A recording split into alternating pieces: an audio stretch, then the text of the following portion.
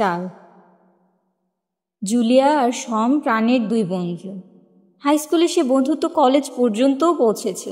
এই শরতের সেমিস্টারে দুজনে একত্রে আন্ডারগ্র্যাডে বোটানিতে ভর্তি হয়েছে। আজ ওরা দুজনই দারুণ উত্তেজিত। জুলিয়ার কাজিন মার্ক দেশে ফিরেছে 2 বছর পর। জনস্বাস্থ্য চিকিৎসক মার্ক কাজ করে আফ্রিকার বুরকিনা ফাসোতে। এবার টানা 1 বছর পর ছুটিতে বাড়ি এলো। এসেই কিশোরবেলার উত্তেজনা ফিরিয়ে এনেছে মার্ক। ওদের নিয়ে সপ্তাহান্তের ছুটিতে সাইক্লিংয়ের পরিকল্পনা করেছে। সাইক্লিংয়ের পর বারবিকিউ করে বনভোজন। সানন্দে রাজি হওয়ার জন্য রীতিমতো বসেছিল ওরা দুজন। মার্কের হাত ধরেই সাইকেল চালানোয় শমের হাতে জার্মানিতে আসার আগে বাংলাদেশের মেয়ে সময়টা সাইক্লিং বা স্কেটিংয়ের কোনো কিছুই পারত না। জার্মান মেয়ে জুলিয়ার সঙ্গে বন্ধুত্বের পর আস্তে আস্তে স্কেটিং শিখতে শুরু করে সে। খুব ভালোভাবে এখন অবশ্য তা রপ্ত হয়নি, তবে মার্কের কঠোর অনুশীলন আর বকাঝকার ফলে সাইকেলটা খুব ভালোই আয়ত্তে এসেছে তার। কখনো কখনো জুলিয়াকেও পেছনে ফেলে ছুটে যায় তার সাইকেল। আজকের আবহাওয়া সাইক্লিংয়ের জন্য একেবারে আদর্শ। পরিকল্পনা মতো মার্ক, জুলিয়া আর শম বেরিয়ে পড়ল সাইকেল আর বারবিকিউয়ের সরঞ্জাম নিয়ে। শহর ছাড়িয়ে এগিয়ে গেল কোনিংস্টুলের দিকে। পাহাড়ি পথ বেয়ে সাইকেল চালিয়ে ওঠা রীতিমতো পরিশ্রমের ব্যাপার। ঘন্টা দেড়েক এগিয়ে যাওয়ার পর জুলিয়া আর শমের বুকের ভেতরে ফুসফুস যেন হাঁপড়ের মতো আছাড়ি পিছাড়ি করতে শুরু করলো। কিন্তু মার্কের ভয়ে কিছু বলার সাহস পেল না। আরও মিনিট 20 পেরিয়ে যাওয়ার পর আর পারল না জুলিয়া। হুট করেই সাইকেল থামিয়ে দিল। শরীর কিছুটা ভারী হওয়ায় আর বারবিকিউ সরঞ্জাম ওর সাইকেলে থাকায় বেচারা হাঁপিয়ে উঠেছে একটু বেশি। ওর দেখা দেখি বাকি দুজনকেও থামতে হলো। সিদ্ধান্ত হলো জুলিয়া আর শম কিছুক্ষণ বিশ্রাম নেবে। তারপর বনের শেষ মাথায় যেখানে ইটের দিক নির্দেশনা দেওয়া রয়েছে সেখানে গিয়ে বারবিকিউর সরঞ্জাম বসাবে। মার্ক ততক্ষণে আরও কিছুটা ঘুরে এসে যোগ দেবে কাবাব উৎসবে। কথা মতো দুই বন্ধু কিছুটা জিরিয়ে নিয়ে সাইকেল ঠেলতে ঠেলতে হাজির হলো বনের শেষ মাথায় ইটের দিক নির্দেশনা দেওয়া জায়গাটাতে। বারবিকিউর সরঞ্জাম নামিয়ে প্লেট গ্লাস বের করতে আর চুলা ধরাতে ব্যস্ত হয়ে পড়ল শম। হঠাৎ ধপ করে একটা আওয়াজ। পেছনে ঘুরে শম দেখতে পেল ছোট্ট একটা গাছের উপর জুলিয়া পা হড়কে পড়েছে। ওকে সাহায্য করার আগেই নিজে নিজে উঠে বসলো জুলিয়া। হাসতে হাসতে এসে বসলো শমের পাশে। খুব বেশি একটা ব্যথা পায়নি সে। বারবিকিউর জোগাড় যন্ত্রে হাত লাগালো দুজন মিলে। মার্ক হাজির হলো জঙ্গলে ছোটোখাটো একটা চক্কর মেরে। এসেই কেমন করে যেন জুলিয়ার পায়ের পেছন দিকের গভীর ক্ষতটা আবিষ্কার করে ফেলল। ক্ষতটা দেখে জুলিয়া নিজেও হতবাক। এত গভীর একটা ক্ষত, কিন্তু কোনো জ্বালা যন্ত্রণা নেই কেন? কোথায় কিভাবে এতটা কাটলো সেটা জানতে মার্ক গেল জুলিয়ার পড়ে যাওয়া জায়গাটা দেখতে। তেমন কোনো কিছু বোঝা গেল না, তবে যে গাছটার উপর জুলিয়া পড়ে গিয়েছিল সেটা দেখে অবাক হয়ে গেল মার্ক। কেমন বেটেখাটো আর অদ্ভুত দর্শন। এরকম কোনো গাছ আগে কখনো দেখেনি। শম আর জুলিয়াকে ডেকে এনে গাছটা ওদেরও দেখালো। শম আর জুলিয়া বোটানির ছাত্রী, কিন্তু তারাও এমন কোনো গাছ আগে কখনো দেখেনি। সসেজ ভাজা আর কাবাব খেতে খেতে আড্ডায় গল্পে বিকেলটা গড়িয়ে এলো। শরীরটা অবসন্ন থাকায় জুলিয়ার তেমন কিছু খেতে ইচ্ছা করল না। ঘাসের গালিচায় প্রায় সারাটা ক্ষণ চুপচাপ শুয়ে কাটালো সে। বিকেলের আলো আস্তে আস্তে মরে এলো, চলল ফেরার প্রস্তুতি। সাইকেল চালিয়ে পাহাড়ি পথটুকু নেমে আসার পর জুলিয়া হাত পা ছেড়ে দিল। মার্ক আর শম ধরাধরি করে ফিরিয়ে নিয়ে এলো ওকে। পরদিন ক্লাসে গিয়ে শম দেখতে পেল জুলিয়া আজ আসেনি। ক্লাস শেষে ওর বাড়িতে গিয়ে শমের মন খারাপ হয়ে গেল। একদিনে কি হাল হয়েছে ওর। চোখে নিচে কালি পড়েছে, ঠোঁট শুকিয়ে কাগজের মতো খড়খড়ে। কাল সন্ধ্যা থেকে কিছুই খেতে পারছে না ও। দেখলে বমি এসে যাচ্ছে। পাশের কেউই বুঝতে পারছে না হঠাৎ কি এমন হয়ে গেল। পরদিন ডাক্তারের অ্যাপয়েন্টমেন্ট পাওয়া গেলে ঘরে ফিরল শম। পরদিন ভোরে শমের ঘুম ভাঙল জুলিয়ার মায়ের টেলিফোনে। জুলিয়াকে হাসপাতালে ভর্তি করা হয়েছে। 2 দিন খেতে না পারায় রক্তচাপ নেমে গেছে অনেকটা। পায়ের ক্ষতটা থেকে রস ঝরছে, সঙ্গে প্রবল জ্বর। এ অবস্থায় শমের ক্লাসে যাওয়ার প্রশ্নই ওঠে না। সে হাসপাতালে ছুটল। জুলিয়া কেবিনে নেই। রক্ত সহ আরও কী সব পরীক্ষা করতে নিয়ে যাওয়া হয়েছে ওকে। সঙ্গে গেছে জুলিয়ার মা আর মার্ক। ঘন্টা 2 পরে জুলিয়া ফেরত এলো। হুইল চেয়ারে বসিয়ে ওকে ঠেলে ঠেলে নিয়ে আসছে মার্ক। জুলিয়াকে দেখে হঠাৎ করে চিনতেই পারেনি শম। এতটাই বদলে গেছে ও। চেহারাটা পানি শূন্য, কোটরে ঢোকা চোখ, ঠোঁট শুকিয়ে আমসি হয়ে আছে। সবচেয়ে পাল্টে গেছে চাহনিটা। যেমন অস্থির অস্থির, যেন কোনো দিকে এক দৃষ্টিতে তাকাতে পারছে না। সোমকে দেখে ওর চোখ দুটো তবু কিছুটা স্থির ও উজ্জ্বল হয়ে উঠল। হাতের ইশারায় ওকে কাছে ডাকলো, ফিসফিসিয়ে বলল, আমি কিনিং স্টুল যাব। ওর দিকে অবাক হয়ে তাকালো সোম। বলে কি মেয়ে, যে সামান্যতম হাঁটারও শক্তি নেই সে কিনা যাবে পাহাড়ে চড়তে? মাথায় হাত বুলিয়ে জুলিয়াকে প্রবোধ দিল সে। শোন, শিগগিরই আমরা সবাই মিলে কোনিং স্টুল যাব, তুই শুধু একটু সেরেও। কেবিন থেকে বেরিয়ে সব মার্কের কাছে জানতে চাইলো ডাক্তারের কি বলেছেন। মার্ককে চিন্তিত দেখালো, বলল, পরীক্ষার ফলাফল না পাওয়া পর্যন্ত নিশ্চিত করে কিছুই নাকি বলা যাবে না। মার্কের কথা শেষ হয়েছে কি হয়নি, জুলিয়ার মায়ের তীব্র চিৎকার শোনা গেল। ওরা পরিমরি করে ছুটল কেবিনের দিকে। ঢুকে দেখতে পেল জুলিয়া ইনডোর প্ল্যান্টের টপ থেকে ছোট গাছটাকে 2 হাতে উপড়ে এনেছে। সে টপ থেকে ভূতগ্রস্তের মতো খাবলে খাবলে মাটি তুলে খেয়ে চলেছে এক মনে। ডাক্তার, নার্স দৌড়ে এলো সবাই। জোর করে টেনে তারা সরাতে চাইল জুলিয়াকে, কিন্তু কিছুতেই পারল না। ওর শরীরে যেন রাজ্যের শক্তি এসে ভর পড়েছে। একমুঠো মাটির পুরোটা মুখে পুড়ে কাশতে শুরু করলো জুলিয়া। চোখ মুখে শিরা ফুলে উঠেছে, চোখ লাল, চুলুস্কো খুস্কো, হাত, মুখ, ঠোঁট, দাঁত মাটি দিয়ে মাখানো। এমন দৃশ্য সহ্য করা যায় না। চোখ মুছতে মুছতে সম ছুটে বেরিয়ে এলো কেবিন থেকে। রাতে এক মুহূর্ত ঘুম হলো না সমের। মনের মধ্যে কি যেন একটা খচখচ করলো সারা রাত, কিন্তু কিছুতেই ব্যাপারটা আকার পেল না। আধো ঘুমে আধো জাগরণে কাটলো রাত। ছেঁড়া ছেঁড়া স্বপ্নে দেখতে পেল জুলিয়া আর সে অরণ্য ঘেরা এক পাহাড়ি পথ ধরে ছুটে চলেছে, কিন্তু বারবার ফিরে আসছে একই জায়গায়। ঘুম থেকে উঠে সমের কেন যেন মনে হলো ওই পাহাড়ের সঙ্গে জুলিয়ার অসুস্থতার একটা সম্পর্ক আছে। সঙ্গে সঙ্গে সিদ্ধান্ত নিয়ে নিল, যা কিছুই হোক না কেন আজ সে জুলিয়াকে নিয়ে কোনিং স্টুল যাবেই।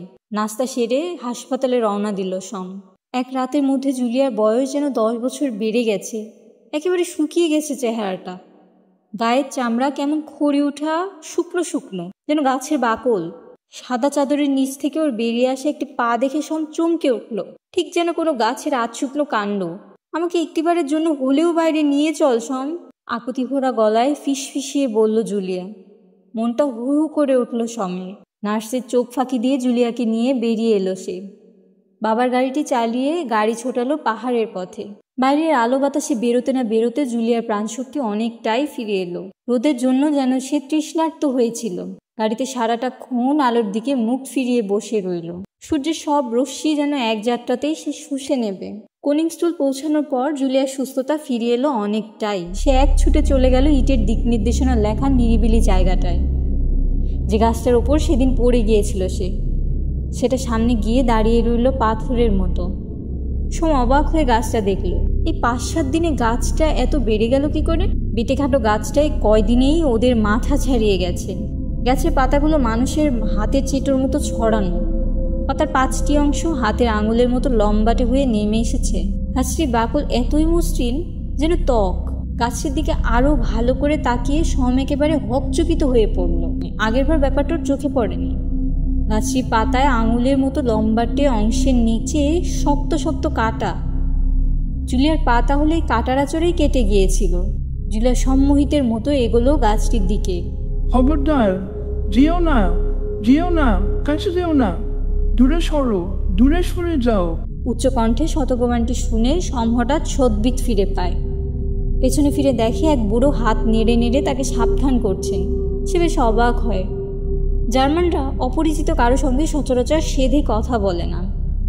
সে আর কিছু ভাবার আগেই জুলিয়াকে দেখিয়ে বুড়োটি বলে উঠলেন, ওকেও ধরেছে, তাই না? ওকেও ধরেছে। তারপর নিজে মনে বিড়বিড়িয়ে বলতে লাগলেন, প্রতিশোধ, প্রকৃতি প্রতিশোধ। এই শাস্তি সবাইকে ভোগ করতে হবে, কেউ বাঁচবে না, কেউ না। বলতে বলতে মনের রাস্তা ধরে ফিরে যেতে লাগলেন বুড়ো রায়নার। জুলিয়াকে নিয়ে হাসপাতালে ফিরে এলো সম। জুলিয়ার রক্ত পরীক্ষা হয়ে গেছে। ফলাফল দেখে মার্ক আর হাসপাতালের ডাক্তাররা বসে আছেন হতবুদ্ধি হয়ে। ওর রক্তে এমন কিছু অস্বাভাবিক উপকরণ পাওয়া গেছে যা তারা কিছুতেই বুঝে উঠতে পারছেন না। উপকরণগুলোর পরিমাণ আবার সময়ের সঙ্গে সঙ্গে রক্তের সিরামে বেড়ে চলেছে দ্রুত গতিতে। রিপোর্টটা সব মন দিয়ে পড়ার চেষ্টা করলো। যতটুকু বুঝতে পারলো জুলিয়ার রক্তকোষ অস্বাভাবিক আকার ধারণ করেছে। মার্ক তাকে ব্যাখ্যা করলো, শোন, মানুষের কোষের আকার গোল, কিন্তু কোনো অদ্ভুত কারণে জুলিয়ার শরীরের কোষগুলোর আকার পাল্টে চারকোনা হয়ে যাচ্ছে।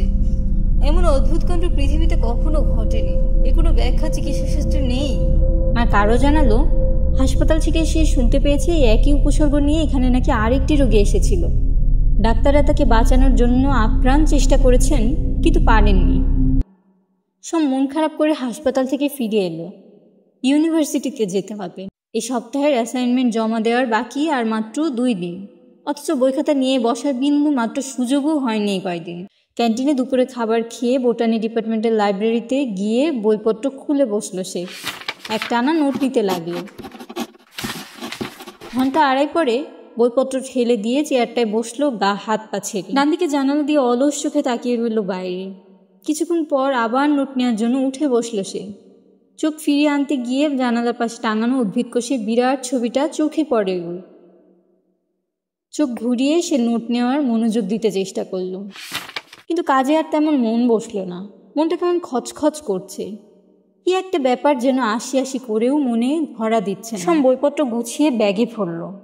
এই সপ্তাহে অ্যাসাইনমেন্টটা আর জমা দেওয়া যাবে বলে মনে হয় না। অবসন্ন মনে লাইব্রেরি থেকে বেরোতে যাওয়ার সময় আবার তার চোখ পড়ল উদ্ভিদ কোষের ছবিটার ওপর। কাছে এগিয়ে গিয়ে ভালো করে ছবিটার দিকে তাকালো সে। তাকিয়ে থাকতে থাকতে মাথার ভিতর থেকে কুয়াশাটা কেটে যেতে শুরু করলো। জুলিয়ার অসুস্থতা কত ঝড়ের বেগে ফিরে এলো ওর মনে। দৌড়ে বেরিয়ে গিয়ে পরিমরি করে সাইকেল চালিয়ে হাসপাতালে ছুটল সে। হাঁপাতে হাঁপাতে গেল মার্কের কাছে। বলল, মার, জুলিয়ার সিরামটা একবার হাই পারফরমেন্স লিকুইড ক্রোম্যাটোগ্রাফি মেশিনে পরীক্ষা করে দেখো তো। ওর কথা শুনে খুবই অবাক হয় মার। তোমাকে মাথা খারাপ হয়ে গেছে? এরকম উদ্ভট পরীক্ষা করতে বলে মানে কি? সম এবার তার সন্দেহ আর আশঙ্কার কথা মার্কে খুলে বলল। হা হয়ে গেল মার্কের মুখ। জুলিয়ার সিরাম পাঠিয়ে দেওয়া হলো ল্যাবরেটরিতে। জুলিয়ার অবস্থা এখন মিনিটে মিনিটে খারাপ হচ্ছে। শ্বাসকষ্ট শুরু হয়েছে ওর। তীব্র যন্ত্রণায় শরীরের রং নীলচে সবুজ হয়ে এসেছে। ঠোঁট, হাত, পা ফেটে চৌচির। কোনো ওষুধ কাজ করছে না ওর শরীরে। ডাক্তাররা নতুন কোনো ওষুধের পরামর্শও দিতে পারছেন না। জুলিয়ার কষ্ট সমের পক্ষে সহ্য করা কঠিন হয়ে পড়েছে। ও কাছ থেকে পালানোর জন্য হাসপাতাল ল্যাবে গিয়ে ঢুকেছে। জুলিয়ার রক্তের সিরাম HPLC মেশিনে ঢোকানো হয়েছিল। রক্তের অস্বাভাবিক উপাদানগুলো HPLC মেশিনে আলাদা করা হলে সেগুলো নিয়ে দৌড়ালো ওর বোটানি ল্যাবে। কয়েক ঘন্টা এক নাগারে কাজ করার পর ওর আশঙ্কা সত্য প্রমাণ করে জুলিয়ার রক্তে পাওয়া গেল ক্লোরোফিল আর প্লাস্টিড। কিন্তু এসব উদ্ভিদ কোষের উপাদান জুলিয়ার শরীরে ঢুকলো কি করে? তবে কি কোনিংসরুলের সেই গাছের সঙ্গে কোথাও কোনো সম্পর্ক আছে জুলিয়ার অসুস্থতার? ওর কোষের আকার আকৃতি পাল্টে যাওয়ার রহস্যের কোনো কুলকিনারা সে করতে পারল না। ধীর পায়ে ল্যাবের বাইরে থেকে বেরিয়ে এলো সে। অবসন্ন ভারাক্রান্ত সম চলেছে কোনিংসরুলের দিকে।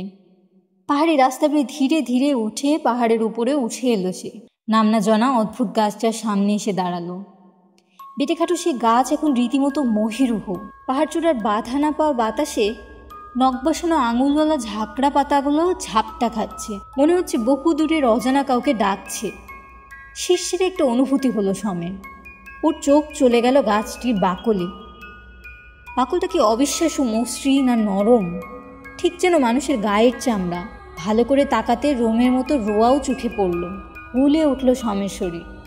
টলে পড়েই যাচ্ছিল সে। গাছটার নিচু একটা ডাল ধরে কোনো মতে টাল সামনে নিল। হাতের টানে ছিঁড়ে এলো একটি পাতা।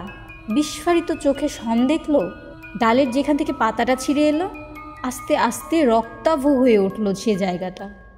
একটু একটু করে রক্ত এসে জমা হলো সেখানে। ফোঁটায় ফোঁটায় এক্ষুনি যেন ঝরে পড়বে গাছের শরীর থেকে।